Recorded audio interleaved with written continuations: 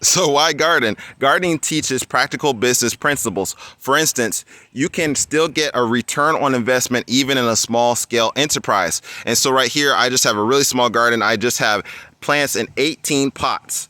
All right. But I just want to show you some of the yield of investment I still get, because people can say, I can't start a business because I don't have a lot of money. I can't start a business because I'm just a small scale. But look at the return on investment still. I have to pick 4 tomatoes from this plant right here today, and I have another like at least 1 tomato I need to pick today.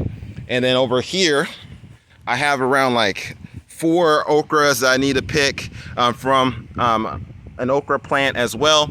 And then right here is my carrots, and it was just amazing. Like, I just put some seeds into this pot, and the seeds, I could probably have like 100 seeds in my hand, but they have multiplied so much bigger than how they were in the seed form. And so gardening shows, like, don't despise your seed moment, right? Your small scale business enterprise that can return a yield of investment over time.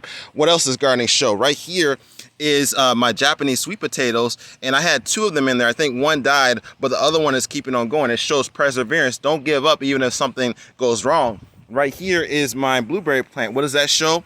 It shows perseverance as well, because you see that right there. Those are new leaves. This blueberry plant was like attacked by Japanese beetles, but it's still keeping on. It's still persevering. Right here shows attention to detail, because my cabbage has been kind of destroyed basically by caterpillars. And so it shows that you have to have the diligence. I would say also that it shows that this whole garden shows the combination of faith and works. I have the faith to put a seed in the ground, but then God blesses, because he's the one that gives the air and the sunshine and the rain that is needed for the plants.